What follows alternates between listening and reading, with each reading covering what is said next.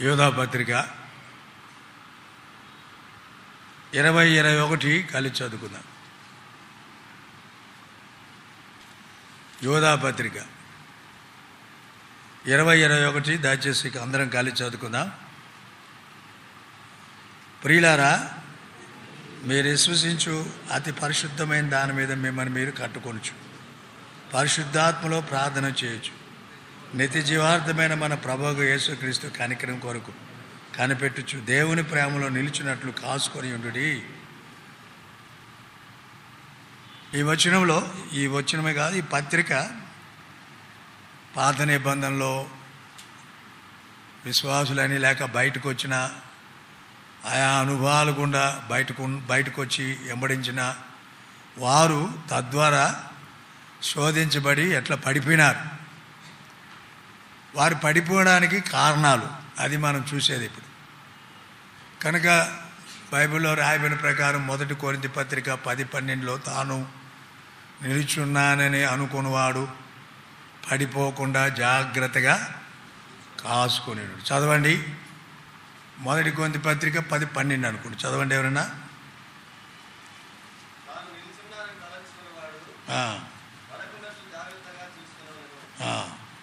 ఏం చేయాలంట? అది ప్రతి యుగంలో ప్రతి వ్యక్తికి సంబంధించింది.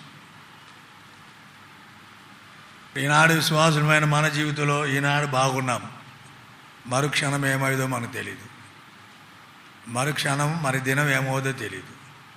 కాబట్టి అది విషయం మన అందరికీ తెలుసు. ఈనాడు మన విశ్వాసంలో ప్రభు సన్నిధిలో ఉన్నాం, బాగున్నాం, వాక్యం విన్నాం, వాక్యం ద్వారా పరీక్షించుకున్నాం, ప్రభు బిడ్డమని మన జీవితంలో మనం నిర్ధారణ చేసుకున్నాం. ప్రభు బలాలు పరీక్షించుకొని పాలు పొందడం ద్వారా మరుక్షణం ఏం తెలియదు, ఏం జరుగుద్దో తెలియదు. కాబట్టి క్రైస్తవ జీవితం అనేది ఏనాటికి ఈడు ఆనాటికి చాలని ప్రభు చెప్పాడు. ఏనాటికి ఈడు ఆనాటికి చాలును, మత్తయి 6:33. కాబట్టి ప్రభు బిడ్డముగా జ్ఞాపకం ఉంచుకోవాలి. రక్షించబడిన విశ్వాసి ఎంత గొప్ప వాళ్ళైనా శత్రువు చాలా చురుకైన వాడు, తెలివిగలవాడు, చాలా ఆలోచన పరుడు. ఒక విశ్వాసుని ఎట్లా లోకం వైపు లాగాల, పాపమును చూపించి ప్రభు ఎడల సరళత నుండి పవిత్రత నుండి ఎలాగ బయటికి లాగాలో వేరు చేయాలో వారికి అన్ని రకాల సాధనాలు తెలుసు. అందుకే పౌలు అన్నాడు 2 కొరింథీ పత్రిక 2:11, సాతాను యొక్క తంత్రంలో మేము ఎరగని వారం కాము. కానీ వాడు తంత్రగొంటేని. నహోమి 2వ అధ్యాయంలో లయకర్తని, తర్వాత గర్జన సింహాని 1 పేతురు పత్రిక 5వ అధ్యాయంలో, ఆ తర్వాత 2 రాజులు 19వ అధ్యాయంలో వాడు అనగా తుఫాన్లాగా వస్తాడని, ఎలుగుదూతలాగా వస్తాడని ఎన్నో రకాలుగా దేవుని ప్రజలు పాడు చేయడానికి ప్రయత్నిస్తున్నాడు. ప్రభు ఏమో తన ప్రజలు కాపాడబడాలా, యోగ్యంగా జీవించాలా, ఆయన నామం మహిమ కొరకు జీవించాలా, ఈ లోకంలో ఆయన్ను బయలుపరచాలి. అది ఆయన ఉద్దేశం. కానీ మనలో ఆ పని చేయలేకపోతాం. అనేక పర్యాయములు మనం ఎవరమూ లోకం అర్థం చేసుకోలేకపోతుంది. పౌలుకు దేవుడు ఒక దర్శనం ఇచ్చాడు, ఒక అద్భుతమైన మాట. ఏమిచ్చాడంటే గలతీ పత్రిక 1వ అధ్యాయం 16వ వచనంలో చాలా దివ్యమైన మాట, గుర్తుపెట్టుకోనండి. అది చదువుదాం, అందరూ చదువుదాం. గలతీ 1:16. గలతీ పత్రిక 1వ అధ్యాయం 16వ వచనం. ఆయనను కాదు, ఆయనను కాదు, ఆయనను నాయందు బయలుపరపను అనుగ్రహించినప్పుడు మనసు మాత్రతో సంప్రదింపలేదు. ఆయనను నాయందు బయలుపరపను అనుగ్రహించినప్పుడు మనసు మాత్రతో సంప్రదింపలేదు. కానీ మన జీవితంలో జరగదు. చాలాసార్లు తప్పిపోతూ ఉన్నాం. ఈ భయంకరమైన దుష్టలోకంలో మనల్ని ఆ రక్తం ఇచ్చి కొని సంపాదించి ఈ దుష్టలోకంలో మనల్ని ఇంకా జీవింపజేయడం, సజీవులుగా ఉంచటం కారణం ఏంటంటే ఆయనను బయలుపరచాలి. అనగా పాత నిబంధనలో అబ్రహాము జీవితం ద్వారా దేవుడు బయలుపరుస్తూ వచ్చాడు. ఐగుప్తులో నుండి ఇశ్రాయేల్ ప్రజలు బయటకు వచ్చిన తర్వాత ఇశ్రాయేల్ ద్వారా దేవుడు బయలుపరచబడాలని కోరాడు. తర్వాత ప్రత్యక్ష నిర్మించిన తర్వాత ప్రత్యక్ష గుడారంలో ఉండి తను ప్రత్యక్షపరుచుకుంటూ వచ్చాడు. ఆయా కాలంలో దేవుడు కొందరిని ఏర్పరచుకుంటూ వారి ద్వారా దేవుడు ప్రత్యక్షపరచుకోవాలని కోరుతూ వచ్చాడు. తర్వాత ప్రభువైన యేసుక్రీస్తు లోకానికి వచ్చినప్పుడు తండ్రిని నాయందు బయలుపరచుట అని యోహాను సువార్త 13వ అధ్యాయంలో రాయబడి, కొత్త నిబంధనలు సంఘ నిర్మాణం తర్వాత సంఘము ద్వారా దేవుడు తను ప్రత్యక్షపరచుకోవాలి. ఇప్పుడు పౌలు చెప్పినట్లు వ్యక్తిగతంగా కూడా ప్రత్యక్షపరచుకోవాలి. ఆయనను నాయందు బయలుపరపను అనుగ్రహించినప్పుడు మనసు మాత్రలతో నేను సంప్రదింపలేదు. కాబట్టి దేవుని దయాపూర్వకమైన సంకల్పం ఏంటంటే నిన్ను నన్ను పాపాత్ములైన మనల్ని రక్షించడం. ఎక్కడో పడి ఉన్నాం, పాపం వల్ల భ్రమ చేత లోకంలో జీవించచ్చు, మన కోరికను అనుసరించచ్చు, మన ఇష్టానుసారంగా జీవిస్తున్నాం. దేవుడు లేడు, దయము లేదు, దైవ భయం లేదు, మన కోరిక మేరకు జీవించినాం. క్రైస్తవులు కావచ్చు, క్రైస్తవేత్తలు కావచ్చు, ఇందులో ఏ మినహాయింపు లేదు. అలాంటి పరిస్థితుల్లో దేవుడు నీ దగ్గరికి వచ్చాడు, దేవుడు ప్రత్యక్షపరచుకున్నాడు. దేవుడే నీ దగ్గరికి వచ్చి ఏమైనాడో ప్రత్యక్షపరచుకున్నాడు. నేనే ఆయనను. ఎవరితో చెప్పాడు ఈ మాట చెప్పండి? నేనే ఆయనను. సామరయ స్త్రీ క్రీస్తు మన మెస్సేజ్ వచ్చినప్పుడు ఈ సంగతులన్నీ మాకు బోధించును అని ఆవిడ చెప్పినప్పుడు ప్రభు వెంటనే స్పందించాడు, నేనే ఆయనను. చూడండి యోహాను సువార్త 4వ అధ్యాయం. యోహాను సువార్త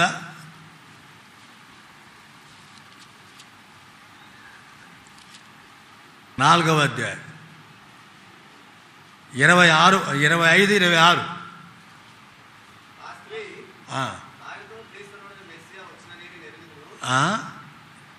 ఆ స్త్రీ ఆయనతో క్రీస్తు అనబడిన మెస్సయా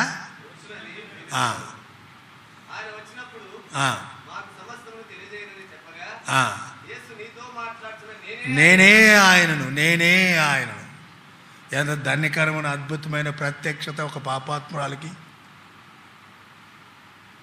కానీ ఇప్పుడు మాట్లాడేటప్పుడు 25వ వచనంలో యేసు ప్రభుని గూర్చి మెస్సయాను గూర్చి మాట్లాడుతుంది. ఆయనే మెస్సయని సంగతి ఆమెకి ఎరగల, ఆమె గ్రహించల. చూడండి 25వ వచనంలో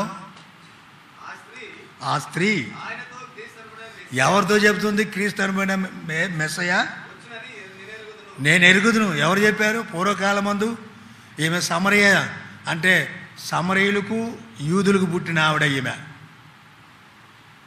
అంటే తండ్రి యూడు కావచ్చు, తల్లి సమరీరాలు కావచ్చు. అలాంటి జాతికి అలాంటి సందర్భంలో పుట్టినట్టు స్త్రీ ఈ సమర స్త్రీ. ఎందుకంటే అశ్షూరు రాజు క్రీస్తు శకము 722వ సంవత్సరాన సోమ్రోల్లో ఉన్నటువంటి 10 గోత్రీకులైన ఇశ్రాయేలును చెరగా తీసుకుని పోయినాడు. చెరగా తీసుకుపోయిన తర్వాత అక్కడ సింహాలు బయలుదేరి ఇక్కడ నుంచి పోయినటువంటి వారి ప్రజలను చంపుతూ ఉంటే వాళ్ళు వచ్చి రాజు దగ్గర మనవి చేశారు, అయ్యా మమ్మల్ని చంపుతున్నాయి సింహాలు. మొదటి రాజు 16-17 అధ్యాయం తర్వాత చదువుకోండి. అప్పుడు ఈ రాజు ఏం చేశారంటే యూదుల్లో నుండి యాజకులను కొందరిని పిలిపించి సమరీలో పెట్టాడు. వారు వచ్చి దేవుని మర్యాదను బోధిస్తూ వచ్చారు ఈ సమరీలకి. అట్లా ఈమె బోధించబడింది. అలా బోధించబడి మెస్సయ వచ్చునని సంగతి గ్రహించింది. ఇప్పుడు మెస్సయ వచ్చాడు, మెస్సయతో మాట్లాడుతుంది. మెస్సయ ఎవరో కూడా ఆమెకు ఎరగలేదు. ఓ పాపాత్మురాలతో ప్రభు మాట్లాడుతున్నాడు. అనగా ఆమె ధైర్యంగా ప్రభుతో మాట్లాడుతుంది. క్రీస్తు అనబడిన మెస్సయ వచ్చునని నేను ఎరుగుదును. ఎంత చక్కటి మాట. అంటే ఎప్పుడో పూర్వీకులు ఆమె బోధించిన బోధ మనసులో ఉంది, ఆలోచనలో ఉంది. కొన్నిసార్లు పోయిన వారం ఏం వాక్యం చెప్పినాము విన్నామంటే మనకు అర్థం కాదు, చెప్పలేము. ఈమె కొన్ని శతాబ్దాలు గతించినాయి. క్రీస్తుకు పూర్వం 722వ సంవత్సరాన ఈమె యేసు ప్రభువుని గూర్చి మెస్సయాను కూర్చుంది. కానీ ఇప్పుడు చెబుతుంది. ఎంత జ్ఞాపశక్తి చూడండి. సో నా తలంపు ఏంటంటే మెస్సయతో మాట్లాడుతుంది కానీ మెస్సయని ఆమె ఎరగదు. ఎందుకు? పాపులు ఉన్నారు కాబట్టి. పాపులో జీవించే ఏ మానవుడు ఎంత గొప్ప జ్ఞానైనా ఈమెకు వాక్యం తెలుసు, ధర్మశాస్త్రం ప్రవక్తల ద్వారా వినది, యాజకుల ద్వారా బోధించబడింది, లేఖనాల్లో ఎరుగు, పాపంలో ఉన్నది, మెస్సియాతో మాట్లాడుతుంది. మెస్సియాను గుర్తించలే. వాళ్ళు ఎంత పైన ప్రముఖులైనా, వాళ్ళు రెవరెండ్లు కావచ్చు, 62 కావచ్చు, 102 కావచ్చు, ఎంత ప్రముఖులైన బోధకులైన పాపంలో జీవించే మానవుడికి యేసు ప్రభు యొక్క దైవత్వం అర్థం కాదు, అర్థం కాబోదు. ఇది పెద్ద సూత్రం. ఇది వాళ్ళు ఎవరైనా కావచ్చు. ఒకవేళ రక్షించబడిన విశ్వాసి ఆయా రకాలుగా బలహీనతల్లో పాపం బానిసత్వం కింద ఉన్న వాక్యం చదువుతావు, వాక్యంలో ఉన్న యేసు ప్రభు నీకు అర్థం కాదు. ఏమంటారు? ఇది బైబిలే కదండి. ఏమ్మా బైబిలేనా? చెప్పండి గట్టిగా అందరూ. బైబిలేనా? ఏం రాజనా? నేనంట బైబిల్ కాదంట. ఏం చెప్తారు? ఇది మానవులు ప్రింట్ చేసిందేనా? అవునా కాదా? వాళ్ళు భక్తులు కావచ్చు, ఎవరైనా కావచ్చు, మనుషులు ప్రింట్ చేసింది కదా. ఈ బైబిలు అక్షరము క్రింద ఆత్మస్వరూపైన ప్రభు ఉన్నాడు. అది బైబిలు, అది క్రీస్తు, అది జీవగ్రంథం. అందుకే ప్రభు చెప్పాడు, నేను మీతో చెప్పుచున్న మాట ఆత్మయు జీవమైనది. అక్షరం కాదు. అక్షరం చంపును, ఆత్మ 2 కొరింథీ పత్రిక 3వ అధ్యాయంలో రాయబడింది. అక్షరము చంపును, ఆత్మ జీవింపజేయును. ఆమె తలలో ఎరిగింది మెస్సే వస్తాడని, ఆత్మీయంగా ఎరగల. తలలో ఎరిగింది, వాక్యం ఎరిగింది, వాక్యాన్ని ఆధారం చేసుకొని వాక్యం ద్వారా బోధించబడింది కాబట్టి ధర్మశాస్త్రం ద్వారా మెస్సే వస్తాడని ఎరిగింది. కానీ ఈయనే మెస్సే అయిన సంగతి అర్థం కాదు. కాబట్టి గుర్తుపెట్టుకుని, దేవుని ప్రజలముగా మన చిన్న బలహీనత మన జీవితంలో ఉంటే నువ్వు గంటల తరబడి బైబిల్ చదివినా నీకు బోధపడదు, అర్థం కాదు. కాబట్టి వాక్యము ఆత్మానుసారంగా, ఆత్మ యొక్క తాకిడి కింద, ఆత్మ యొక్క స్పర్శ కింద దేవుని వాక్యం చదవాలి. కొంత బోధిస్తాడు నీకు, ఆ దినం కొరకు నీకేమవసరమో బోధిస్తాడు. అప్పుడు నీ హృదయం నిండిపోయినట్టుంటుంది, సంతృప్తి ఉంటుంది. లోకంలోకి వెళ్తే నీ జీవితం విజయవంతంగా కనబడుద్ది. లోకమంతా తేరి చూస్తారు, అరే అంత అద్భుతమైన జీవితం జీవిస్తున్నారు ఈ వ్యక్తులని. కాబట్టి తలంపు ఏంటంటే, ప్రభు తను ప్రత్యక్షపరుచుకున్నాడు. ఏమని? నేనే. చదవండి ఇప్పుడు 25-26. ఆ స్త్రీ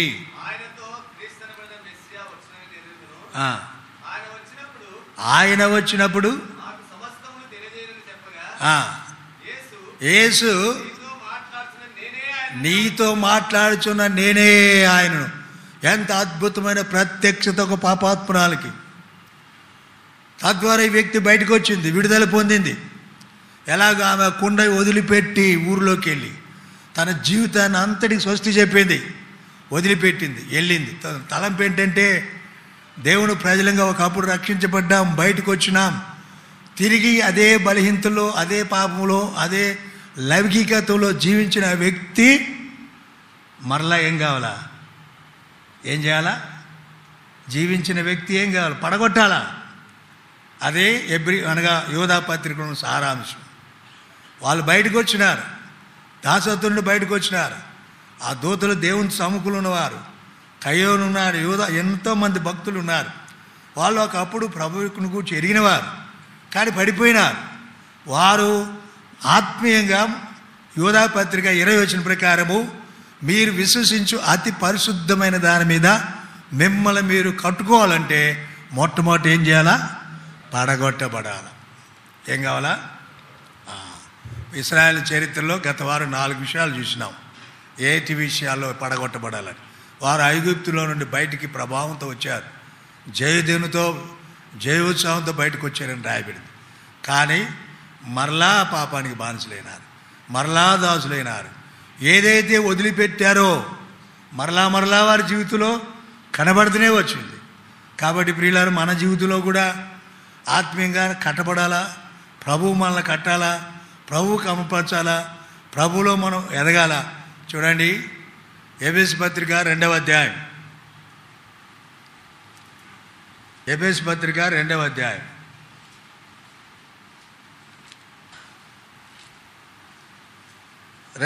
దయచేసి చూడండి. 20, 21, 22.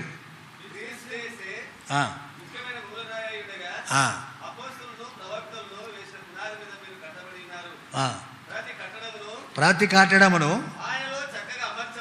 ఆయనలో చక్కగా అమర్చబడి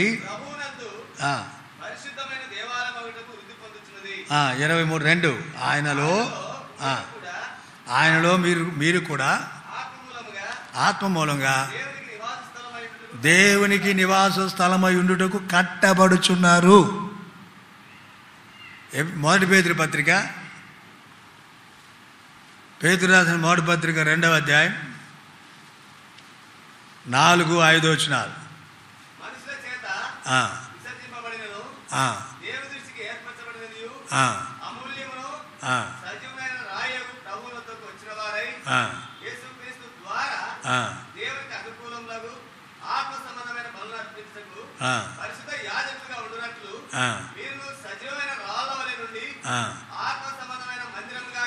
ఆత్మ సంబంధమైన, అక్కడేమో ఆయనలో, ఎఫెసు పత్రిక ఆత్మ మూలంగా ఆయనలో కట్టబడుచున్నారు. ఇక్కడేమంటే ఆత్మ సంబంధమైన మందిరములుగా కట్టబడాలంటే చెప్పండి, ఐగుప్తులో నుండి బయటకు వచ్చారు, అంతవరకు బాగానే ఉంది. తర్వాత ఏ పాపాన్ని వదిలిపెట్టారో దాంట్లోనికి మళ్ళీ వెళ్ళారు కదా. చూడండి, ఇప్పుడు సంఖ్యాకాండం వాళ్ళు ఎలాగా, ఇది 5వది, వాళ్ళు పడగొట్టబడవలసిన 4 పోయిన వారం చూసాం. 5వ సంగతి ఏంటంటే, దయచేసి గమనించండి, సంఖ్యాకాండం 5వ అధ్యాయం 11వ అధ్యాయం 5వ వచనం.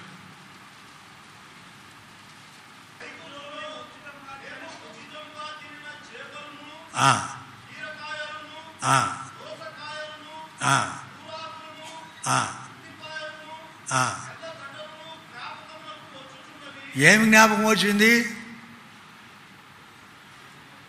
ఏమి జ్ఞాపకం వచ్చింది అక్కలారా? వాళ్ళు ఎక్కడి నుండి వచ్చినారు? ఐగుప్తులోనే బయటకు వచ్చారు.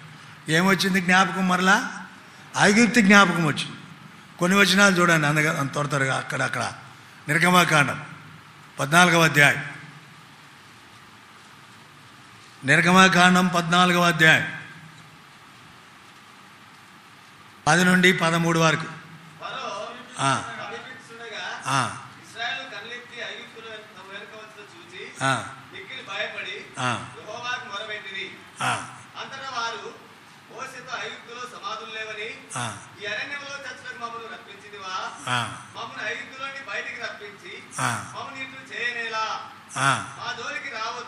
మా జోలికి రావద్దు,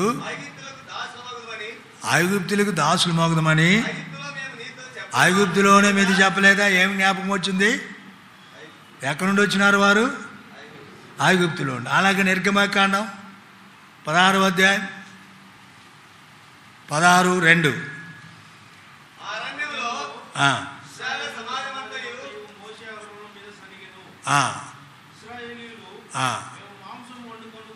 ఎక్కడ వండుకున్నారు మాంసం? ఐగుప్తులో. అలాగే నిర్గమకాండం 17:3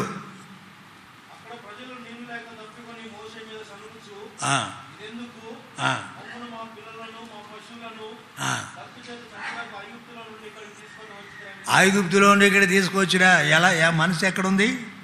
వాళ్ళ హృదయం దేనిలో ఉంది? ఐగుప్తులో ఉంది. యెహెజ్కేలు గ్రంథం 20వ అధ్యాయం 8వ వచనం. యెహెజ్కేలు 20:8. అయితే వారు నా మాట విననొల్లక నా మీద తిరుగుబాటు చేసి తమకిష్టమైన ఏ కృత్యములను చేయటం మానలేదు, ఐగుప్తుల యొక్క విగ్రహములు పూజించటం మానలేదు. 23:8. యెహెజ్కేలు గ్రంథం 20.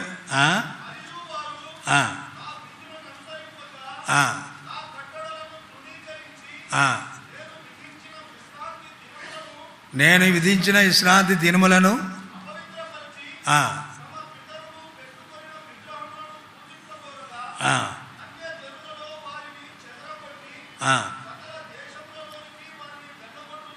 ఆరవ వచనం 23:6 యెహెజ్కేలు.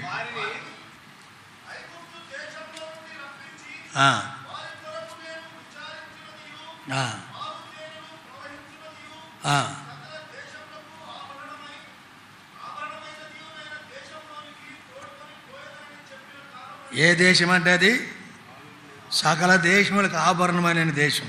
ఇప్పుడు 23:8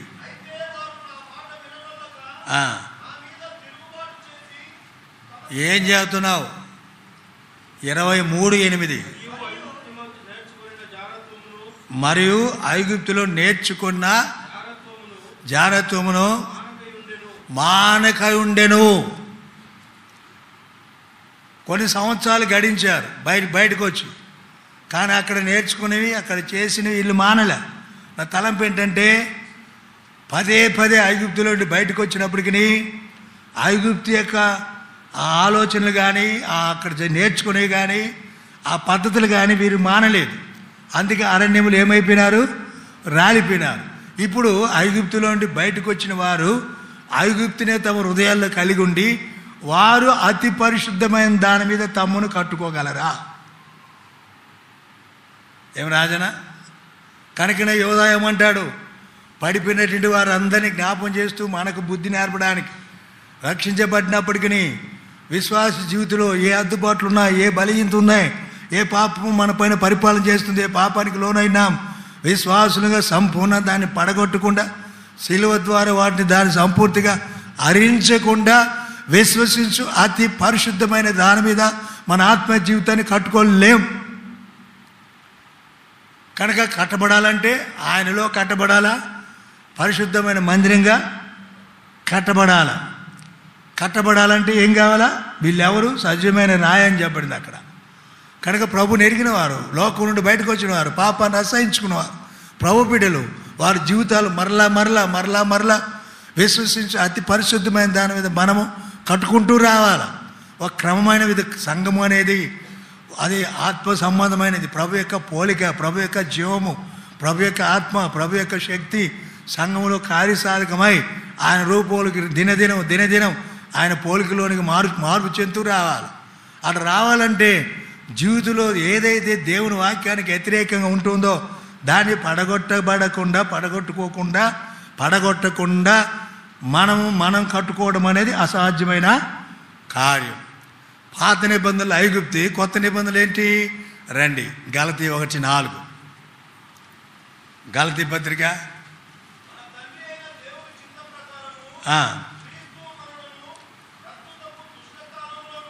ఏంటంట? ఏ కాలం అంట? దుష్టకాలం, దుష్ట యుగం. ఈ కాలానికి ప్రభు పెట్టిన పేరేంటి? దుష్టకాలం, దుష్ట యుగం. తర్వాత 1 యోహాను పత్రిక 5:19 మనము దేవుని సంబంధులు మరియు లోకమంతా ఎక్కడుందంట?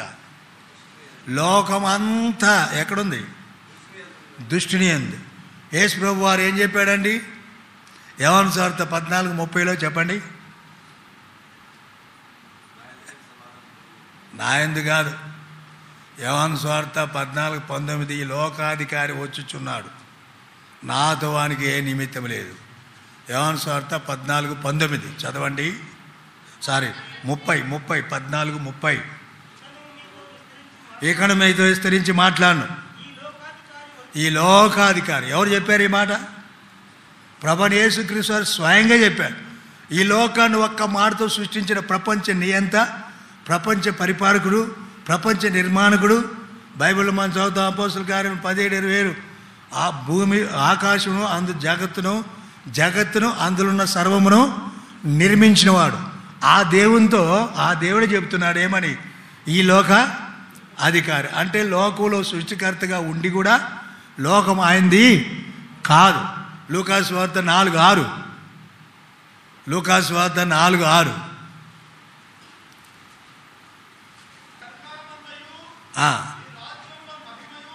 ఈ అధికారం రాజ్యమహిమ నీకిచ్చును. ఎవరు చెబుతుంది?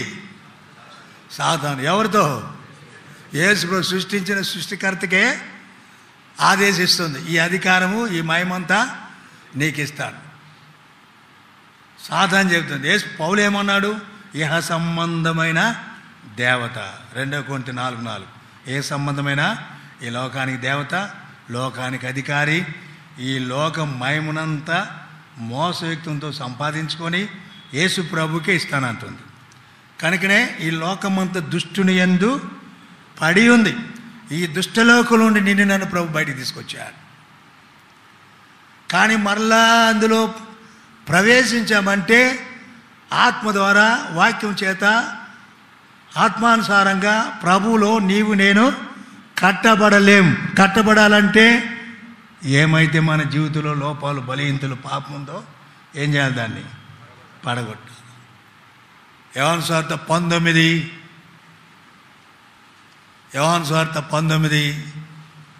15వ అధ్యాయం 19వ వచనం.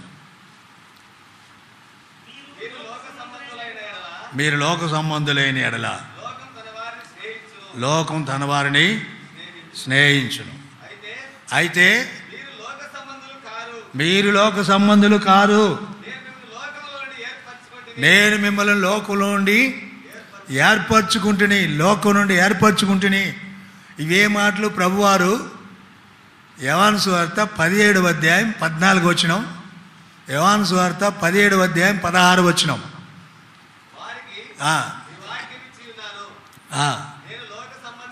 నేను లోక సంబంధిని కానట్లు వారును లోక సంబంధులు కారు. 16 నేను కానట్లు లోక సంబంధిని వారు కూడా లోక సంబంధులు కారు. ఎవరు చెప్పారు ఈ మాట? రక్తం ఇచ్చి కొన్న ప్రభు చెప్తున్నాను. నేను కాను. 33.5 సంవత్సరాలు లోకంలో జీవించిన, లోకం అంటకుండా జీవించిన లోక సంబంధులు నేను గాను. నా ద్వారా విమోచించబడిన వారు కూడా లోక సంబంధులు. ప్రభు ఎంత నమ్మకంతో మనల్ని గురించి ఆ మాట చెప్తున్నారు. ఒకసారి ఆలోచన చేద్దాం. సహోదర సహోదరి, ఎంతో భయంతో, జాగ్రత్తతో నా ప్రియ ప్రభు నన్ను క్రయమిచ్చుకొని రక్తంతో విమోచించి లోకంలో పెట్టి నన్ను గురించి ఎంత గంభీరంగా, గర్వంగా, అతిశయంగా, వీళ్ళు లోక సంబంధులు కారు, వీళ్ళు నాకు చెందినవారు, వీళ్ళు నాకు సంబంధులు, వీరు నా వారు, వీరు నా స్వాస్థ్యం, వీరు నా ప్రజలు. ఎంత ధైర్యంగా ప్రభు చెబుతున్నాడు. అంటే నీ మీద ఎంత నమ్మకం ఉంది? రక్షించబడిన ఆయన ప్రజల మీద ఆయనకి ఎంత నమ్మకం ఉంది? నేను లోక సంబంధిని కాను, వీరుడు గారు. అయితే ఇప్పుడు మరో పక్షాన్ని ఆలోచించు. లోక సంబంధి కానట్టుగానే ఉన్నామా? ప్రభువుని ఎడల నమ్మకత్వంతో, విశ్వాసంతో ఆయన చెప్పాడు గెత్సేమనే తోటలో బహిరంగంగా, నేను కాదు తండ్రి లోక సంబంధిని, వాళ్ళు కూడా కాదు, వారు నావారు, వాళ్ళు నాకు సంబంధించిన వారు, వారు నేను కొన్నాను, విమోచించినాను, వారు నా ప్రజలు, నా స్వాస్థ్యం, నా సొత్తు. ఇప్పుడు మనం ఆలోచిస్తే మనం ఉన్నామా? ఆ మాటకి ఏమన్నా ప్రభువారు ఇంత గంభీరంగా చెప్పిన ఈ మాటకు మనలో కాస్త విలువ ఉందా? లోకంలో జీవించేటప్పుడు నేను గాను, నేను లోక సంబంధం గాను, నేను లోక సంబంధం కాను, నేను లోకం సంబంధం కానని ఆ గ్రహింపు, ఆ ప్రత్యక్షమని కలిగి ఉన్నామా? ఐగుప్తు నుండి అలాగే ఇశ్రాయేలు ప్రజలు మోషే తీసుకొచ్చాడు. ప్రభువైన యేసుక్రీస్తు లోకం నుండి బయటికి తీసుకొచ్చాడు. నీలో ఉన్న లోకాన్ని సిలువ ద్వారా పడగొట్టాడు. ఇప్పుడు మరలా పాపంతో కట్టబడుతున్నావు. ఆ పాపం నీలో కూలిపోతేనే ఆత్మీయంగా నువ్వు కట్టబడతావు. ఆత్మ సంబంధంగా యోధాపత్రిక 20 వచనం ప్రకారం విశ్వసించు అతి పరిశుద్ధమైన, విశ్వసించిన అతి పరిశుద్ధమైన దాని మీద కట్టుకోవట్లే మనం. చెత్త చెదారమంతా బుర్రలో చేరింది, హృదయంలో చేరింది, నోట్లో చేరింది, జీవితంలో చేరింది. విశ్వాసం ఉంది కానీ చెత్త అంతా కట్టబడతాం. అయితే ఇప్పుడు ఏం చేయాలి? మరలా అది పడగొట్టాలి. అప్పుడే అతి పరిశుద్ధమైన దాని మీద కట్టబడతాం. పరిశుద్ధాత్మ దేవుడు ఆ చెత్త చెదారమంతా ఆత్మచేత కాల్చివేసి నేను దైవికంగా కడతాడు. ఆయనకు అనుకూలంగా చేస్తాడు. ఆయన సానుకూలంగా తీసుకొస్తాడు. ఆయన ప్రజలుగా స్వీకరిస్తాడు. ప్రియ సహోదర సహోదరి, ఒకసారి ఆలోచించి, నువ్వు కట్టబడకుండా రెండోది ఏంటి? కాసుకొని ఉండలేవు. ఏం కాలేవు? ఏముంది చూడండి, యోధాపత్రిక 20.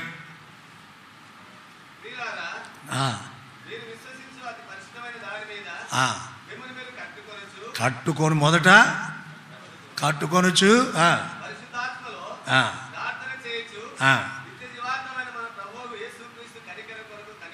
కనిపెట్టుకొనుచు కాసుకొని ఉండుడి. దేవుని ప్రేమలో నిలిచి ఉన్నట్లు. కాబట్టి మొట్టమొదటి ఏం చేయాలా? కట్టబడాలి. రెండోది ఏం చేయాలా? కనిపెట్టాలి. మూడోది ఏం చేయాలా?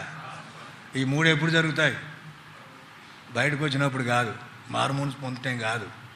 ప్రతిదినం ఒక విశ్వాసి తను తాను ప్రభులో కట్టుకోవాలి, క్రమపరుచుకోవాలి, లోపరుచుకోవాలి.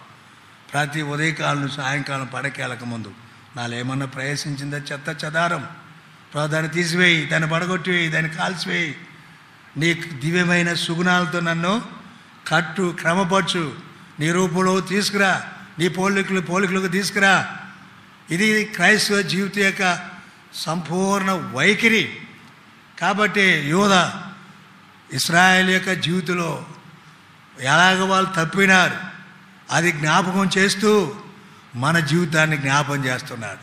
సహోదరుడా సహోదరి, మారుమూసి పొందిన ఎన్నో సంవత్సరాలు అయింది.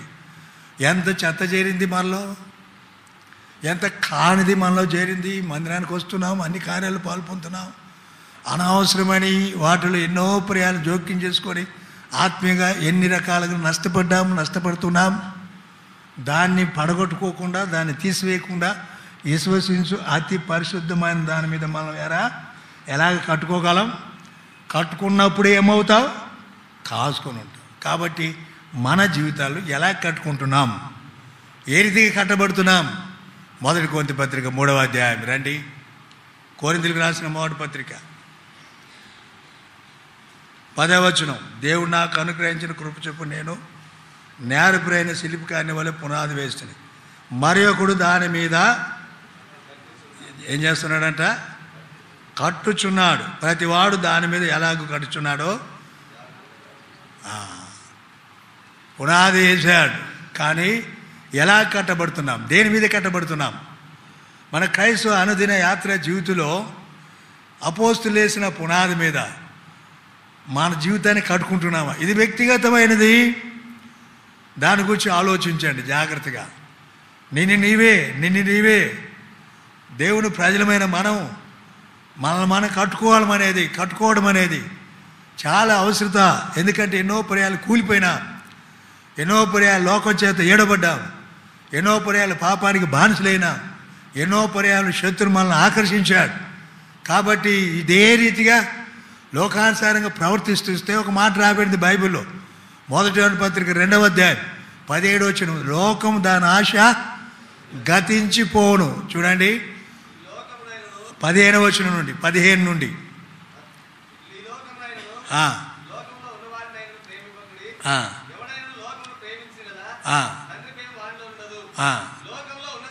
లోకంలో ఉన్నదంతా అనగా ఒకటి శరీరాశ, రెండవది నేత్రాశ, మూడవది జీవబడమను. ఇవి తండ్రి వలన పుట్టినవి కావు. అవి ఎక్కడైనా అంట లోక సంబంధమైనవే. లోకము దాని ఆశ అంటే అర్థమైన శరీరాశ, నేత్రాశ, జీవబడము ఒక దినం ఏమైంది? గతించిపోద్ది. ఇవన్నీ మనం కలిగి ఉండి విశ్వసించు అతి పరిశుద్ధమైన దాని మీద ఎలాగ కట్టుకోగలమండి? ఎలా కట్టుకోగలం? కట్టినా నిలుస్తుందా? స్థిరంగా ఉంటుందా? ఒక గాలి రాగానే ఏమైంది? కొట్టుకొని పోద్ది. కాబట్టి సహోదరుడా సహోదరి, ప్రభు బిడ్డలం కాదు, జాగ్రత్తగా ఉండండి. ప్రభు రాకడ సమీపంగా ఉంది. పరిస్థితులు ఎన్నో తారుమారు మనం వింటూ ఉన్నాం.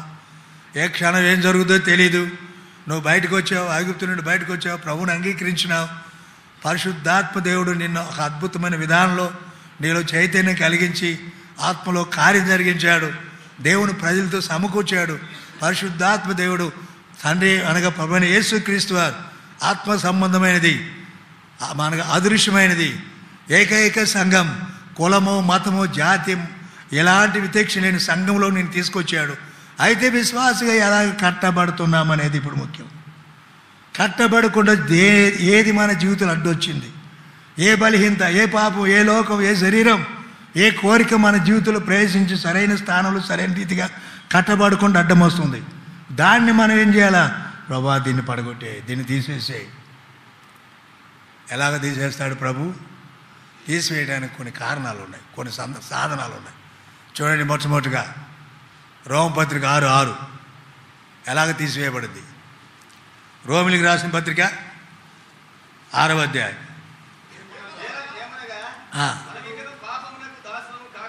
మనం ఇకను పాపమునకు దాసులు కాకుండా ఆయనతో కూడా సిలువేయబడింది. ఏం సిలువేయబడిందంట? ఇప్పుడు గలతీ పత్రిక 6వ అధ్యాయం 14 వచనం. గలతీ పత్రిక 6:14. మన ప్రభువైన యేసుక్రీస్తు యొక్క సిలువ యందు తప్ప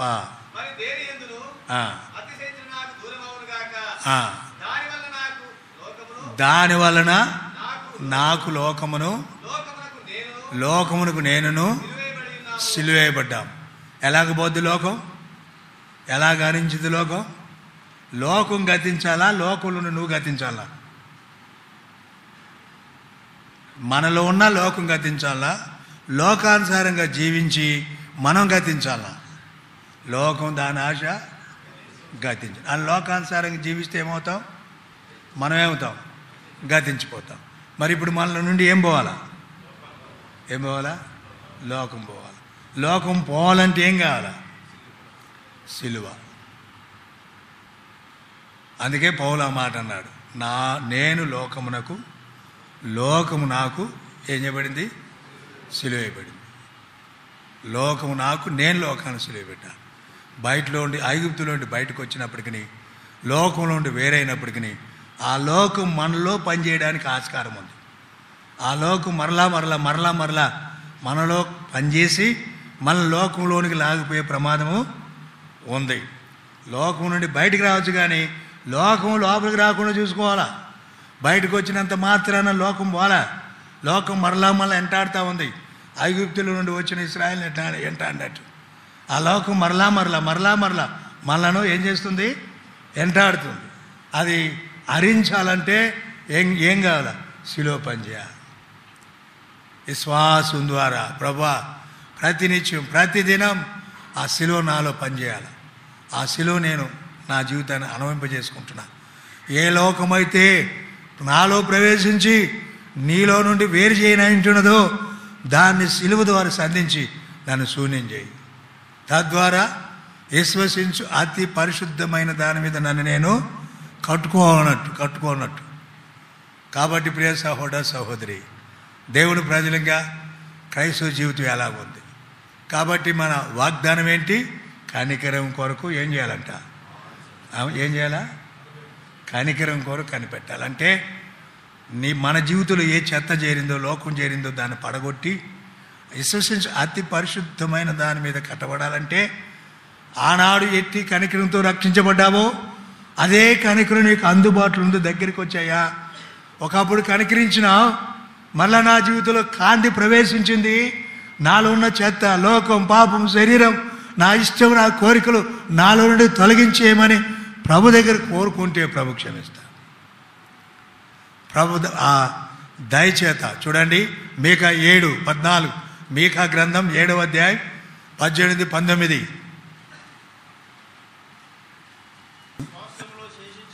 ఏనండి, తన స్వాస్థ్యంలో శేషించిన వారి దోషమును పరిహరించి వారు చేసిన అతిక్రమల విషయమై వారిని క్షమించి దేవుడు అయిన నీతో సముడైన దేవుడున్నాడా? కనికరం చూపించే విషయంలో సంతోషించేవాడు. ఎంత దయగలిగిన దేవుడు! ఎవరి విషయమై? ఒక పాపి విషయమే కాదు. ఇక్కడ ఎవరు? ఆయన స్వాస్థ్యంలో శేషించిన వారు. ఆయన స్వాస్థ్యంలో అనగా ఐగుప్తులో విమోచించబడి వారు చేసిన పాపాన్ని బట్టి బబులోనికి వెళ్ళి బబులోను 70 సంవత్సరాలు శర ముగించుకొని తిరిగి వచ్చిన వారి విషయమై మీకా ఈ మాటలు చెప్తా ఉన్నాడు. తన స్వాస్థ్యంలో శేషించిన వారి దోషం అంటే ఎవరిలో దోషం ఉంది? విశ్వసించిన విశ్వాసులో దోషం. వారి దోషములు క్షమించే విషయాల్లో నీతో సముడే లేడు. కనికరం చూపించే విషయాల్లో సంతోషించేవాడు. అందుకే కనికరం కొరకు కనిపెట్టుకోవాలా. దేనికి? ప్రభా నీ పడిపోయిన, మారు మనసు పొందిన, నాలో స్థానమని చెత్త చేరింది. ప్రభా నీ కనికరం నాకు మరొకసారి అవసరం. నన్ను విడిచిపోవద్దు, నాకు దూరం కావద్దు. ప్రభా నన్ను కనికరించు, ప్రభా కనికరించు. అనగా కనికరం చూపించే విషయాలు ఏంటంట, ఏ విషయాలు? తన స్వాస్థ్యంలో శేషించిన వారు బలహీనతలు ఒప్పుకుంటే క్షమించడానికి సిద్ధంగా ఉన్నారు. 145వ కీర్తన 9వ వచనం. 145:9. యెహోవా అందరికీ ఆయన కనికరములు ఆయన సమస్త కార్యాల మీద ఉన్నవి. యెహోవా అందరికీ ఉపకారి, ఎవరినే పోగొట్టుకోడు. నా యొద్దకు వచ్చి వారు నేను ఎంత మాత్రమును తోసివేయడు. ప్రేమ కలిగిన దేవుడు, కనికరం కలిగిన దేవుడు. మార్కు సువార్త 1:41 ఒకడు వచ్చాడు ప్రభు దగ్గరికి. ఎలాగొచ్చాడు తెలుసా? చూడండి, 40 ముందు 40. ఒక కుష్ఠరోగి ఆయన ఎద్దుకు వచ్చి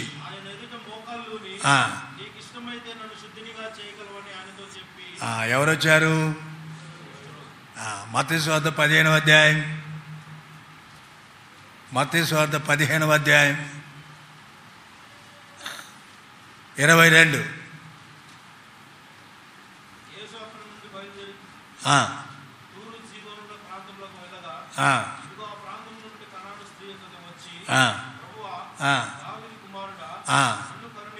యెహోవా అందరికీ వీడేం చేశాడు? కుష్ఠరోగి ఉపకారి. ఈ స్త్రీ అన్నిరాలు కనికరపడి, కనికరం పొందక ముందు ఏం చేసింది? ప్రభువా, మనం కనికరం పొంది కూడా ప్రభువుగా గౌరవించట్లే. ప్రభువుని ఎరిగి కూడా ప్రభువును సేవించట్లో, అనుసరించట్లో పడిపోయినా, తప్పినా. ఈమె ప్రభువును గూర్చి విన్నది, ప్రభువుని అంతకుముందు ఎరగల. ఇప్పుడు ఏమంటుంది? ప్రభువా, ఆయన ప్రభుత్వం కింద దీనురాలే తగ్గించుకొని నా యందు కనికరపడు. ఆటంకాలు వచ్చినాయి, శిష్యులు అభ్యంతరపరిచినారు, అయినా వదిలిపెట్టలే ప్రభువును. కనుక మన జీవితంలో ఎలాంటి వారమైనా సరే ప్రభువా కనికరపడు. ఎన్నో పర్యాలు పడిపోయినాను, తప్పైనాను, ఆత్మీయంగా కట్టబడలేదు, జారిపోయినాను, సరైన స్థానంలో ఆత్మీయంగా నా స్థానం ఏంటో గుర్తించలే, ఆత్మలో బలం పొందల, ఆత్మలో ఎదగలేదు, నీ రూపం నాలోకి రావట్లేదు. అనేక చెత్త సెదారాలు నా బ్రతుకులో, జీవితంలో వేధిస్తున్నాయి. వాటిని కాలు చేయి, పడగొట్టేయి. విశ్వాసం ద్వారా నీలోనే కట్టుకోవడానికి సహాయం చేయి. దీనులుగా ప్రభు దగ్గరికి వస్తే ప్రభు కనికరిస్తాడు. యెహోవా అందరికి ఉపకారి, కుష్ఠరోగి ఉపకారి. ఆయన అన్నాడు, నాకు వద్దురా, నువ్వు వెళ్ళిపోరా అలా. ఏమన్నాడు? నాకు ఇష్టమే. మనం దేవుని కనికరం కొరకు, ప్రభా నేను కూడా కుష్ఠరోగినే చెప్తారా? ఎవరు చెప్పరు. మాకేం బ్రదర్, ఎంత బాగున్నామని చూడు మేము. కుష్టు ఇక్కడ ప్రారంభమైంది. ఎక్కడ కుష్టు ప్రారంభమైంది రాదనా అంటే అర్థమైంది. ఇదే అన్నిటి కేంద్రం. తలంపులు, ఆలోచనలు, ఊహించుట, ఇది కుష్టు కాదు. విశ్వాసుల్లో కుష్టు కాదా? విశ్వాసులు కుష్ఠరోగులు కాదా? మరి ఏం చేయాలా? బుర్రంతా పాడైపోయా. ఆలోచించి ఏమయ్యా మరి ఏం చేయాలా? నన్ను శుద్ధునిగా చేయి. ప్రభు అన్నాడు, నాకు ఇష్టమే. కనికరం పొందాడు. తన స్వాస్థ్యంలో శేషించిన వారు, తన తలంపై నుండి ప్రభునందు సహోదరి, మనం ఎన్నో పర్యాయాలు రక్షించబడి కూడా దేవుడు కోరిన మేరకు మనం జీవించలే. అది వాస్తవం, 100% వాస్తవం. లోకంలో దేవుడు ప్రజలుగా ఏ విధానంలో ప్రభు నామం ఘనత కొరకు జీవించాలో సంపూర్ణంగా తప్పిపోయినాం. ఏమైనా అనిపించలేదు దాని గురించి. అందరం తప్పిపోయినాం. ఆయన కోరిన స్థాయి వేరు, అంతస్తు వేరు. దేవుడు ప్రజలంగా ఆయన మనం ఉండవలసిన స్థితి స్థానాలు వేరు. ఆయన ఊహించడం వేరు, తలంచడం వేరు. కనుక మనం జీవించే జీవితం వేరు. కనుక ఈనాడు మనం ఏం చేయాలి మరి? ప్రభువా, నీ ఆశను, నీ కోరికను, నీ సంకల్పాన్ని నా జీవితంలో నెరవేర్చలేకపోయినా ఎన్నో పర్యాలు, లెక్కలేని మార్లు దేవునికి వ్యతిరేకంగా పడిపోయినాను, తప్పైనాం. అలాగైతే ప్రభు బిడ్డలముగా తగ్గించుకొని వచ్చి, ప్రభా నాకు కనికరపడు, ప్రభా కనికరించు, నేను కట్టుకోవాల్సిన నా జీవితాన్ని, వ్యక్తిగత జీవితంలో, కుటుంబ జీవితంలో, సంఘ జీవితంలో, నా జీవితాన్ని సరైన స్థానంలో, సరైన విధానంలో, ఆత్మీయ వలెలో నేను కట్టుకోవడంలో తప్పైనాను. విస్తారమైన చెత్త మాలో చేరింది. ప్రభా కనికరించు, దాని నుండి విడుదల కలిగించు, నా జీవితాన్ని కట్టు, నూతనపరచు, ఉత్తేజపరచు, సన్నిహితునిగా తీసుకురా. పరిశుద్ధాత్మ ద్వారా నీకు అనుకూలంగా నా జీవితాన్ని కట్టుకొని నీ మాయం కొరకు సాగిపోవడానికి సాధించి, చివరి దినం ఉన్నా ఏ క్షణంలో ఏం జరుగుతుందో తెలియదు. ప్రభు రావచ్చు, మనం అయిపోవచ్చు. కాబట్టి మనం ప్రభు దగ్గర మరలా ఆ కనికరం కొరకు ప్రాకులాడాలి. ఏం కారణం అంటే ఆయన అందరికీ ఎవరిని త్రోసివేయడు. నా ఎద్దుకు వచ్చి అని ఏమాత్రం త్రోసివేయడు. సహోదరి ఒకసారి ఆలోచించు. ప్రభు కృపగలవాడు, కనికరం గలవాడు. ఒకసారి ఆలోచించు. నువ్వు మారు మనసు పొందలే, మందిరానికి వస్తున్నావు, వాక్యం ఇచ్చున్నావు, నీ హృదయంలో ప్రభుకు సోటి ఇవ్వలే, నీ హృదయం లోకంతో నింపబడింది, లౌకికంగా జీవిస్తున్నావు, ఒక క్రైస్తుడుగా క్రైస్తవ కుటుంబంలో పుట్టావు, క్రైస్తుడని పేరు పెట్టుకున్నావు, ఇంకా నీ జీవితంలో రక్షణ లేదు, సిలువ కార్యం జరగలే, ప్రభు యొక్క కనికరం కోరలే, రక్షణ నీ చేతిలోకి రాలే, ఇంకెంతకాలం సాగిపోతావు అట్లా? ఇంకెంతకాలం?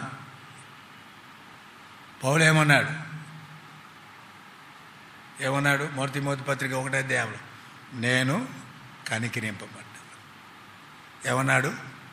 తిమోతి రాసిన మొదటి పత్రిక 1వ అధ్యాయం 16, ఆయనను నిత్య జీవ నిమిత్తం తనను విసర్జింపబో వారికి నేను మాదిరిగా ఉండులాగన యేసు క్రీస్తు తన పూర్ణమైన దీర్ఘశాంతమును ఆ ప్రధాన పాపినైన నాయందు కనపచ్చినట్లు నేను ప్రధాన పాపికి కనికరం వచ్చింది, అంతకుడికి కనికరం వచ్చింది, సంఘాన్ని హింసించిన వానికి కనికరం వచ్చింది, దేవుని ప్రజల్ని ఇష్టానుసారంగా చెదరగొట్టి జైలు వేసి హింసించిన వానికి కనికరం వచ్చింది. ఈనాడు ఎంత ఘోర పాపిపోయినా, జన్మతో పాపిపోయి జీవితాన్ని పాడు చేసుకుని నెమ్మది లేకుండా, సుఖం లేకుండా, సంతోషం లేకుండా, ఆరోగ్యం లేకుండా, ఆత్మీయంగా, వ్యక్తిగతంగా, ఆర్థికంగా, మానసికంగా అనేక లోపాలు, బలహీనతలు, అద్దుబాట్లు, ఆత్మీయంగా అనేక పతనాలు నీలే ఉన్నా, ప్రభా నన్ను కనికరించు అని రా, నిన్ను చేర్చుకుంటాడు, క్షమిస్తాడు. ఆయన దగ్గరికి వస్తే నిన్ను ఖాళీగా పంపడం, ఒట్టి చేతులతో. బైబిల్ అట్లా లేనే లేదు ఎక్కడ కూడా. ఆయన దగ్గరికి వచ్చి ఖాళీగా పోయిన వాళ్ళలో ఒకే ఒక్కడు బైబిల్లో, కొత్త నిబంధన చరిత్రలోనే ఒకే ఒకడు ఆయన దగ్గరికి వచ్చి ఖాళీగా వెళ్ళాడు. ఎవడవాడు? యవనస్తుడైన ధనవంతుడు. మత్తయి సువార్త 19వ అధ్యాయం, మార్కు సువార్త 10వ అధ్యాయం. ఎలాగొచ్చాడో అలాగ వెళ్ళిపోయినాడు. వాడు ఒక్కడ తప్ప ఆయన దగ్గరికి వచ్చిన వాళ్ళు ఎవరు ఖాళీకి వెళ్ళరు. మరి వస్తావా?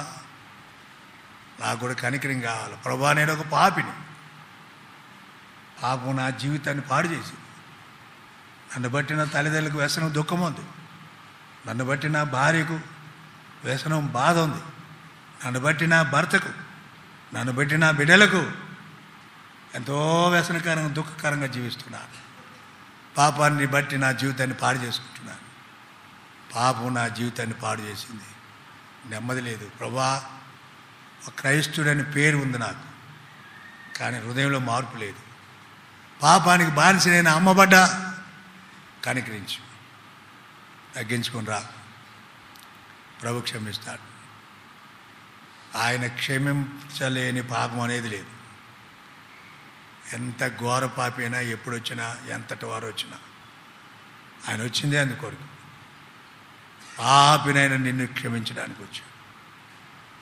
కాబట్టి ప్రియ సహోదరి, ప్రభు దగ్గరికి రా, క్షమాపణ హృదయంతో. మారుమనసు పొందినాం, చెత్త చెదారం లోకం మనలో చేరింది. యేసు అతి పరిశుద్ధమైన దాని మీద కట్టబడాలంటే నీ జీవితంలో ఏ బలహీనత ఒప్పుకో, పడగొట్టు, కట్టుకో. లోకం వైపు ఇశ్రాయేలు ఐగుప్తు వైపు చూసి రాలిపోయినట్టు లోకం చేత ఏడబడి నీ జీవితాన్ని పాడు చేసుకోవద్దు. లోకం గతిస్తుంది. రెండవది. మూడవది ఏంటి? ఒక పాపిగా, ప్రభా నేను పాపి, నన్ను కూడా కనిపించు, నన్ను త్రోసివేయద్దు, నేను సహాయస్థితిలో ఉన్నాను, నన్ను ఎవరు ఇష్టపడలేదు. ఇప్పుడు మనం చదువుకున్నాం కదా, ఎక్కడ మార్కు సువార్త 1:41 ఏముంది? అక్కడ ఏముంది రాజన? వాళ్ళకి బైబిల్ చెప్తారు, దానికి ఏముంది? ఒక కుష్ఠరోగి వచ్చి ఏమన్నాడు? నీకు ఇష్టమైతే, అది ఆ మాట అన్నాడు. మనం అందాం మరి ఆ మాట, ప్రభువా నీకు ఇష్టమైతే నన్ను శుద్ధి. ఎంతమంది చెప్తారు అట్లా? ఎందుకు ఆ మాట అన్నాడు? నీకు ఇష్టమైతే నన్ను శుద్ధిగా చేయనంటే నేను ఎవరికి ఇష్టం లేను. నన్ను ఎవరు ఇష్టపడలేదు సమాజంలో. నా జీవితాన్ని చూసి, నా బ్రతుకును చూసి, నా పతనాన్ని చూసి, నా రోత జీవితాన్ని చూసి అసహించుకుంటున్నారు, నిరాకరిస్తున్నారు. నేను ఎవరికి ఇష్టపడలేదు. నీకు ఇష్టమైతే నన్ను శుద్ధిగా చేయి. పాత నిబంధనల కుష్ఠరోగిని ఎవరు ఇష్టపడరు? పాలన నేర్పులో ఉండాలి. అందుకే ప్రభు దగ్గరికి వచ్చాడు. ఎరిగి నలిగిన హృదయంతో తగ్గించుకొని దీనుడై పశ్చాత్తాపంతో నీకు ఇష్టమైతే. ఇంట్లో ఇష్టపడలా, గ్రామంలో ఇష్టపడలా, భార్య ఇష్టపడలా, భర్త ఇష్టపడలా, తల్లిదండ్రులు ఇష్టపడలా, నన్ను ఎవరు ఇష్టపడలే. నీకు ఇష్టమైతే ప్రభు కూడా అని ఉండాలా. అరే ఎవడు ఇష్టపడలేదు కదా, నేను కూడా ఇష్టపడిన పో అని ఉంటే ఈనాడు వాడు కుష్ఠరోగిగానే నరకానికి వెళ్ళేవాడు. ఇప్పుడు ఎలా ఉన్నాడు? నాకు ఇష్టమే శుద్ధుడైనాడు. ఆ ఒక్క మాట వాడిని శుద్ధునిగా చేసింది. సోదరుడా, సోదరి, యవనస్తురాలని జీవితాన్ని నాశనం చేసుకోవద్దు. ఇంకా తల్లిదండ్రులు మోసగిస్తున్నాం, భార్యను మోసగిస్తున్నాం, భర్తను మోసగిస్తున్నాం, బాగానే ఉన్నట్టుగా నటించుకుంటున్నాం. సహోదరి, సహోదరుడా, యవనస్తురాలా, దేవుని ఇంటికి వచ్చావు, మోసపోవద్దు. దేవుడు ఎక్కిరించబడడు. మనుషుడా, నువ్వు ఏమిత్తుదావో ఆ పంటనే కోస్తావు. ఆ దినం రాకముందే ప్రభా నీకు ఇష్టమైతే నన్ను బాగు చేయి, నా పాపం నా తలకు మించిపోయింది, ఎంతో వ్యసనం కలిగిస్తున్నా, ఇంట్లో ఎంతో దుఃఖం కలిగిస్తున్నా, ప్రభువా నన్ను కనికరించు, ప్రభువా కనికరించు. కనికరిస్తాడు ప్రభు. కనికరం చూపు తండ్రి సమస్త ఆదరణ అనుగ్రహించు. సమస్త ఆదరణ ఇస్తాడు. 2 కొరింథీ 1:3. కనికరం చూపు తండ్రి సమస్త ఆదరణ ఇస్తాడు. అయితే పాపాలు క్షమించబడాలి. కాబట్టి ప్రభు సన్నిధిలో దీనునిగా తగ్గించుకొని విశ్వాసిగా ప్రభులో కట్టబడ్డానికి ప్రయత్నం చేద్దాం. గతంలో మన బలహీనతలు ఏంటో ఒప్పుకుందాం, విడిచిపెడదాం. విశ్వసించి అతి పరిశుద్ధమైన దాన్ని మన జీవితాన్ని కట్టుకుందాం, ఆయనలో కట్టుకుందాం. సజీవమైన రాళ్ళగా కట్టబడదాం, పునాది మీద కట్టబడదాం. మూడవది ఏంటి? ప్రభా నన్ను కనిపించు. కుష్ఠరోగి, నన్ను ఎవరు ఇష్టపడలేదు. అలాంటి తలంపుతో తగ్గించుకుంటాడు. ప్రభు చేర్చుకుంటాడు. ప్రార్థన చేద్దాం. కళ్ళు మూసుకోనండి, మోకాళ్ళ మీదకి రండి, ప్రభుని ఆశ్రయించండి. ఎవరి ముఖం చూడొద్దు, ఎవరి వైపు చూడొద్దు. ప్రభు దగ్గరికి రా, కనికరం కొరకు రా. విశ్వాసులువా, ఎన్నోసార్లు పడిపోయినావా, దూరమైనావా, దేవుని పరిశుద్ధాత్మ దుఃఖపరిచావా? ప్రభా నన్ను కనికరించి నా జీవితాన్ని మరలా ఆత్మీయంగా ఆత్మచేత కట్టబడ్డానికి సహాయం చేయి. పాప క్షమాపణ, రక్షణ నీ చేతి లేదా? ప్రభా నేను ఎవరికి ఇష్టం లేదు, నన్ను కనికరించి నన్ను శుద్ధినిగా చేయి. మౌనంగా మీ అంతటి మీరే ప్రార్థన చేసుకొని మీరదిలోనే తీర్మానం చేసుకొని ప్రభుకి అప్పగించుకుని హృదయాన్ని కట్లపరుచుకొని నీకు నీవే ఆత్మీయంగా నష్టం తెచ్చుకోవద్దు, దైవోగ్రతలోకి రావద్దు. ప్రేంగళ మా పరలోక తండ్రి, పరిశుద్ధ దేవ, ప్రేమస్వరూపి, కరుణా సంపన్నుడ, కృపగల దేవ, కనికరం గల దేవ, ఎవరికి మేము ఇష్టం లేకపోయినా మమ్మల్ని రక్షించడానికి, మా పాపమును పరిహారించడానికి, మా కుష్టు తొలగించి అసహ్యకరమైన జీవితం నుండి విడిపించి శుద్ధినిగా చేయడానికి లోకానికి అరుదించిన దేవా, క్రీస్తు వారి నామములో మిమ్మల్ని స్తుతిస్తూ ఉన్నాం. వాక్యాన్ని బట్టి స్తోత్రాలు. విశ్వసించినాం కానీ అతి పరిశుద్ధమైన దాని మీద కట్టుకోలేకపోతున్నాం. ఎన్నో పర్యాయాలు పడిపోయినాం, లోకం చేత ఏడబడ్డాం, పాపం చేత మరలు కొలబడ్డాం ప్రభా, లోకం వైపు ఆకర్షించబడ్డాం. ఎక్కడో పడిపోయిన జీవితమే ఉంది ప్రభా. కాబట్టి కరుణించు. శిలువ ద్వారా మాలో ఉన్న లౌకికత్వాన్ని, లోకం, పాపం హరించి తొలగించబడి విశ్వసించిన అతి పరిశుద్ధమైన దాని మీద విశ్వాసమైన మేము కట్టుకోవడానికి సహాయం చేయండి, క్రమపరచబడడానికి సహాయం చేయండి ప్రభా. మీలో కట్టబడి వృద్ధి పొందడానికి సహాయం చేయండి. ఆత్మ సంబంధమైన బలు అర్పించే ఆ పరిశుద్ధాత్మ ద్వారా పరిశుద్ధ యాజకులుగా ఉండడానికి సహాయం చేయండి. వాక్యమును దీవించం, వాక్యం లోపల పనిచేయం ప్రభా. ఈ వాక్యం వారిని అంటాడును కాక ఆత్మీయంగా పాపం మా ప్రభా పడిపోయిన మా జీవితాలు నూతనపరచు. మీరు ఆకు సమీపంగా ఉంది ప్రభా, కరుణించండి. ఎవరైతే రక్షణ నిశ్చిత లేదో ప్రభా, లోకం చేత ఏడబడి కుటుంబానికి, తల్లిదండ్రులకు, బంధువులకు, సంఘానికి అసహ్యకరంగా ఉంటున్నారో హృదయ కాఠిన్యాన్ని బట్టి వారు ప్రభాని కూడా కనికరించండి ప్రభా. అందరికీ ఉపకారం. ఆయన కనికరం ఆయన పనుల మీద ఉన్నది. ఎంత నమ్మదగిన సత్య దేవుడివి. సహనమును, దీర్ఘశాంతమును, ఓరిమిని, ప్రేమను, దయను కలిగిన దేవుడు. మీలాంటి దేవుడు ఎవరున్నారు తండ్రి? మిమ్మల్ని ఆశ్రయిస్తుండగా కనికరించమని ప్రార్థన చేయొచ్చు. వాక్యమును దీవించు. యేసు ప్రభు నామమున వేడుచున్నాము తండ్రి. ఒక్క నిమిషం మోకాళ్ళ మీద ఉండండి. ఈ కనికరం నీకు కావాలా?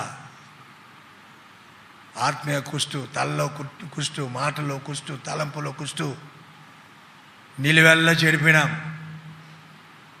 సహోదరుడా, సహోదరి, ఇంకెంతకాలం మోసయుక్తంగా జీవిస్తావు? ఇంకెంతకాలం బాగానే ఉన్నానని సమర్థించుకుంటావు?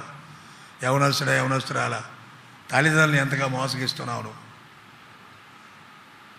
నీ జీవితాన్ని వాళ్ళు మోసగిస్తావు. నీ జీవితాన్ని ఎంత పాడు చేసుకుంటున్నావు? వాక్యానికి ఎంత ప్రతికూలంగా జీవిస్తున్నావు, కఠినపరుచుకుంటున్నావు. ఇంకెంతకాలం? ఈ దినం కోరుకుంటావా? ప్రభువా నీకు ఇష్టమైతే నన్ను శుద్ధిగా చేయి.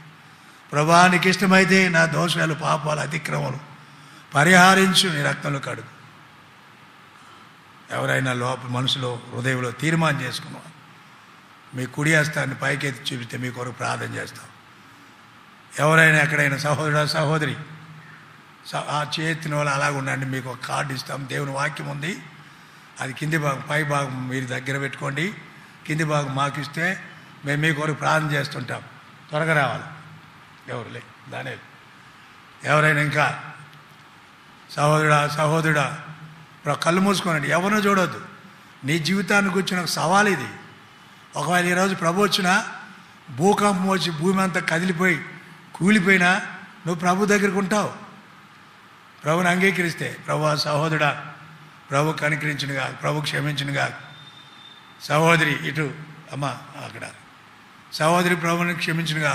సిగ్గుపడితే నీ జీవితానికి ప్రమాదాన్ని ఇష్టపూర్తిగా కోరుకున్నట్టే, శిక్ష నీవు కోరుకొని తెచ్చుకున్నట్టే. వెనకాల చూడండి, పాల్ ఆ పిల్లర్స్ దగ్గర, అక్కడ అక్కడ ఇక్కడ ముందు కూడా.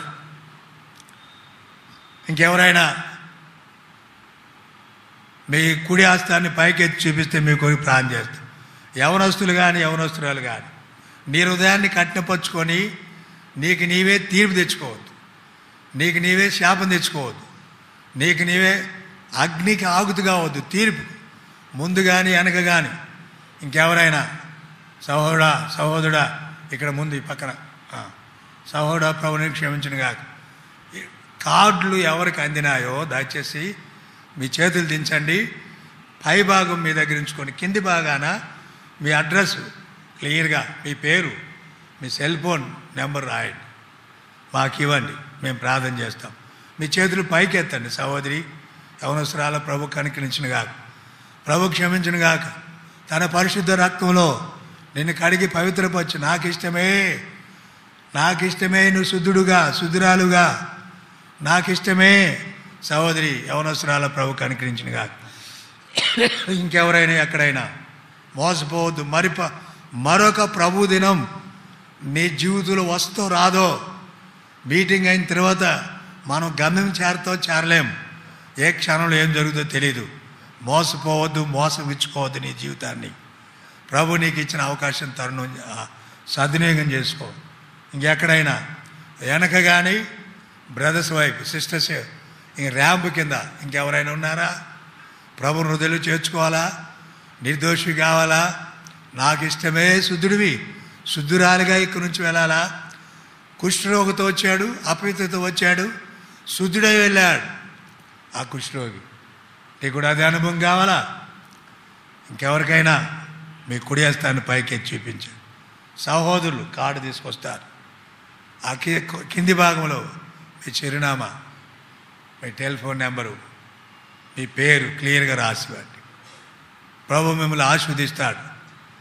తమ అతిక్రమలకు పరిహారం నొందినవాడు, పాపమునకు ప్రాయశ్చిత్తం నొందినవాడు ధన్యుడు. ఎవరి లోకులు ధన్యుడు? పిహెచ్డి చేసిన వాళ్ళు కాదు, ఎంటెక్ చేసిన వాళ్ళు కాదు, ఎండి చేసిన వాళ్ళు కాదు, ప్రధాని కాదు. లోకంలో ధన్యుడు ఎవరు? పాప క్షమాపణ పొందినవాడు, రక్షణ నిశ్చిత కలిగిన వారు ధన్యులు, పరలోకానికి అర్హులు. ఇంకెవరైనా ఉన్నారా? మీ కుడి హస్తాన్ని పైకి చూపించండి. ప్రేంగల తండ్రి, మీ వాక్యాన్ని బట్టి వందనాలు. మీరే మీ ఆత్మ ద్వారా సంధించారు, తీర్మానంలోకి తెచ్చారు. శిలువ కార్యం లోతుగా జరిగించి నిలకడగా నిలిచి ఉండాలి. మీ కృప వారి అందరికీ, చేతులెత్తిన వారు అందరికీ దయచి, హృదయాన్ని కఠినపరుచుకున్న వారిని కలవరపరచండి, నెమ్మది లేకుండా చేయండి. మీ వద్దకు ఆకర్షించుకొని లోపరుచుకున్నాను. యేసు నామమున వేడుచున్నాము తండ్రి, ఆమేన్.